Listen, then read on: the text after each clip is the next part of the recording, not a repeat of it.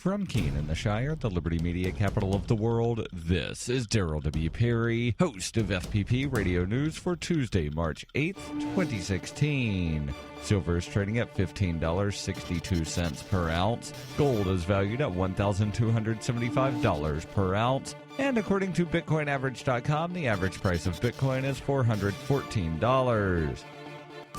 Antiwar.com reports 10 days into the Syrian ceasefire, calm is prevailing across the majority of the impacted faction's territory, a success by any reckoning and far beyond what anyone expected. At the same rate, incidents continue to raise questions about the scope of the ceasefire. A Syrian airstrike against a town in the Idlib province raised a lot of complaints from rebels, though as Idlib is generally considered to be held under the control of Al-Qaeda's Nusra Front, not a party to the ceasefire, Syria considers such strikes to be legal. This has been disputed, however, as some of Nusra's partners in Idlib are parties to the ceasefire. Further east along the Syria-Turkey border, the Kurdish YPG themselves, parties to the ceasefire, are complaining that they have come under attack from the Turkish military, hit by artillery shelling in Aleppo province, which injured several of their fighters. If confirmed, this would certainly be a violation of the ceasefire, even though Turkey claimed beforehand that they don't even consider the ceasefire to prevent them from attacking the Kurds. Previous such incidents, however, have seen the Turkish military claiming their cross-border attacks are aimed at the Islamic State, themselves not a party to the ceasefire and thus free to be targeted. For nearly 40 years, Roberts & Roberts Brokerage has been a trusted source for buying and selling precious metals like gold and silver. They also take Bitcoin for precious metal purchases and have permanently removed the minimum purchase amount for all orders paid in the digital currency. Call Roberts & Roberts today for knowledgeable advice on buying and selling precious metals and a forward-thinking approach to new technologies. 800-874-9760 or visit online at rrbi.co.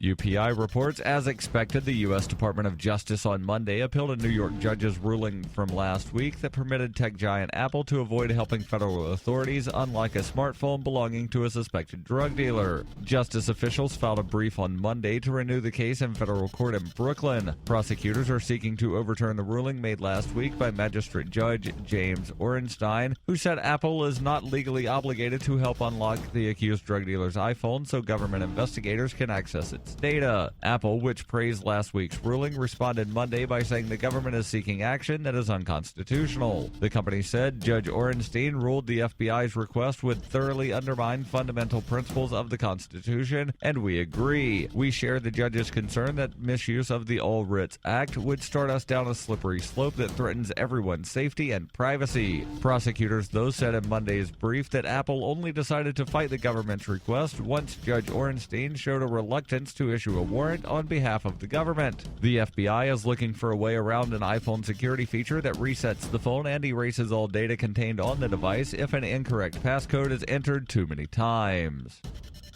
The Daily Decrypt is a Monday through Friday newscast about all the best news in cryptocurrencies and peer-to-peer networks. Know what's hot in the world of digital money, borderless trade, and cutting-edge communications. Available on YouTube, SoundCloud, and Facebook video. The Daily Decrypt is the news of the future.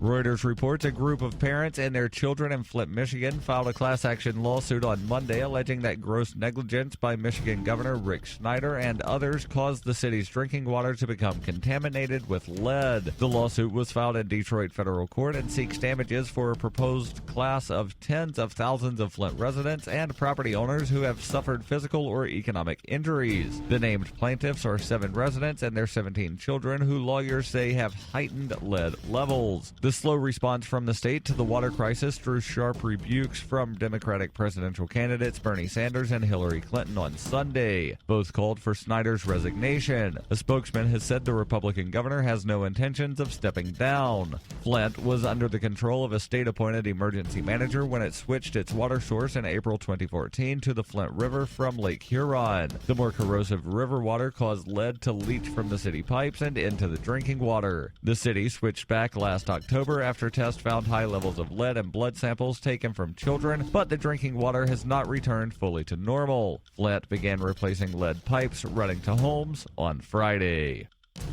This has been FPP Radio News, online at fppradio.com.